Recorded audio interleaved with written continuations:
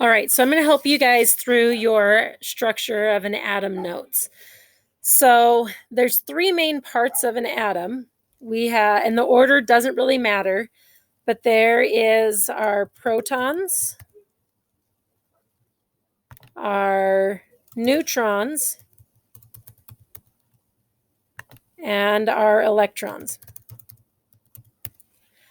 So when we're dealing with our protons, they're found inside the nucleus or the center of the atom.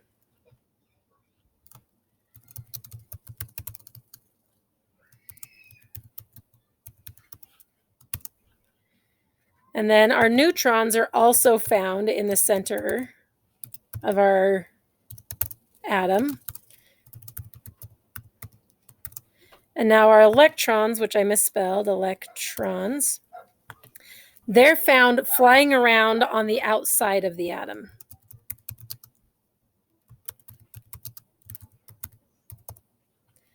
And then when we're looking at our size, the size of our protons and neutrons, they're exactly the same. So that's what we're going to put here is same as neutron. And our neutron is the same as our protons. And then our electrons, they are so tiny that they have no effect on the mass of an atom. So even if there's a bunch of them, they are so tiny we don't even notice. It'd be kind of like if you weighed yourself and then put a dozen grains of salt in your hand and weighed yourself again, there wouldn't be a noticeable change in your mass because the grains of salt are so tiny. That's kind of what our electrons are like. So they're so tiny, has no effect on mass. And now we're dealing with the charge. So our protons have a positive charge. So sometimes that's kind of easy to remember. Protons are positive. And our neutrons have a neutral charge. And often people will mark a neutral charge with a 0 and a positive charge with a plus. And then when we get to our electrons have a negative charge. So you just have to make sure when you're trying to memorize this that neutrons are neutral, which we've got that kind of beginning part of the word, but then our electrons are negative. So you may be wondering, what's this fourth box for? So inside atoms, there's something that is called a nucleus. And that's just the center of the atom. And it's where we find our protons and neutrons.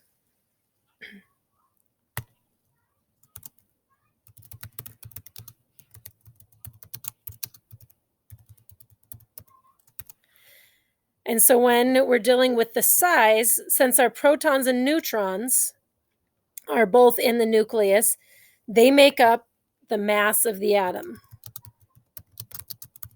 Because remember, our electrons are so tiny, they don't have any effect on the mass. They just take up some space because they're flying around on the outside. And our nucleus, because it's made up of multiple things, doesn't have a charge that we're going to worry about. So we leave that blank. So that's some of the information about the parts of an atom. So what we're going to do is draw an example. And when we're trying to do drawings of something that has parts that move, can be tricky. So we're just going to draw one example of where we can find the parts. So let me get that opened up. So an important thing is you want to make sure when you're drawing an atom that you have a key that helps us know what the parts look like. So I'm going to do that first. I'm going to make us a text box, and you'll want to be drawing your own. So we're going to have our key, and we've got our electrons. Some people might have the electrons be marked with a minus sign. Some people might want to have them marked with a little circle that they could fill in a different color. Oh.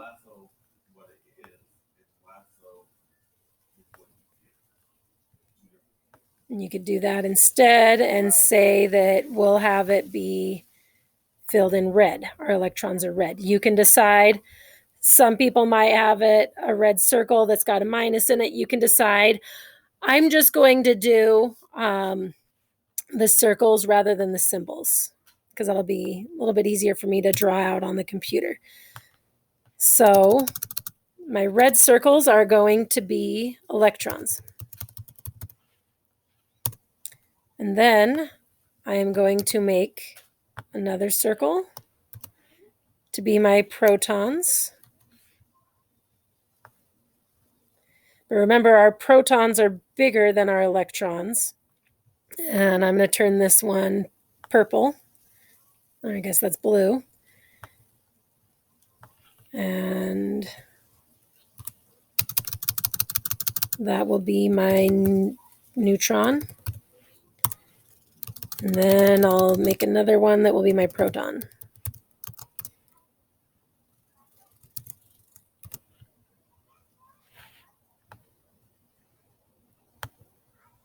And you'll be making something similar for you on your paper.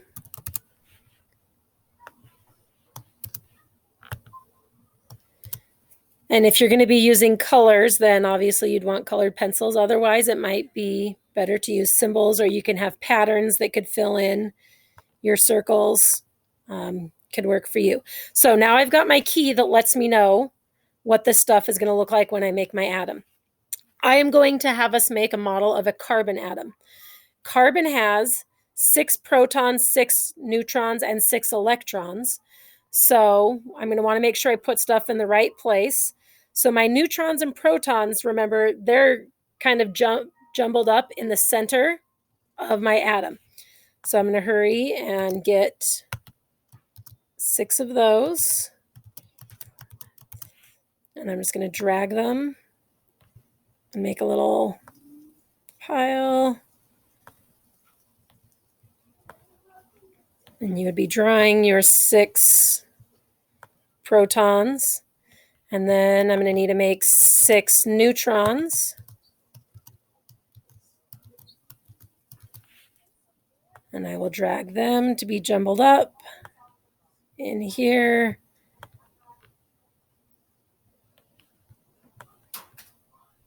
And this is where drawing it on paper is definitely a little bit easier than making it on the computer.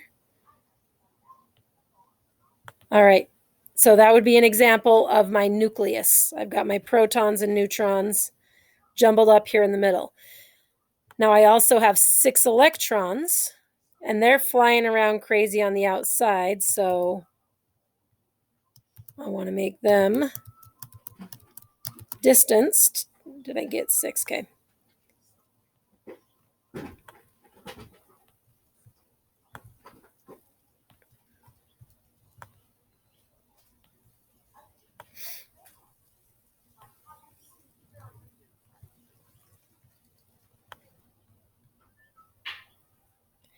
And there doesn't need to be any particular pattern because electrons are moving. They're flying around crazy. So they're constantly moving. It's our nucleus that just kind of clumps up pretty tight in the middle. So now we've got our 1, 2, 3, 4, 5, 6 electrons, and our 1, 2, 3, 4, 5, 6 protons, and our 1, 2, 3, 4, 5, 6 neutrons. So that would then have us now have a complete model of a carbon atom that shows the right number of parts as well as the location of our parts, where they are related to each other, the relative size, letting us see that our protons and neutrons are about the same size and our electrons are smaller, as well as our spacing, that we have the protons and neutrons really close, but our electrons spaced out. And because we have the positive, negative, and neutral as part of our key, it also helps us see the information of the charges of each of those parts that make up our carbon atom.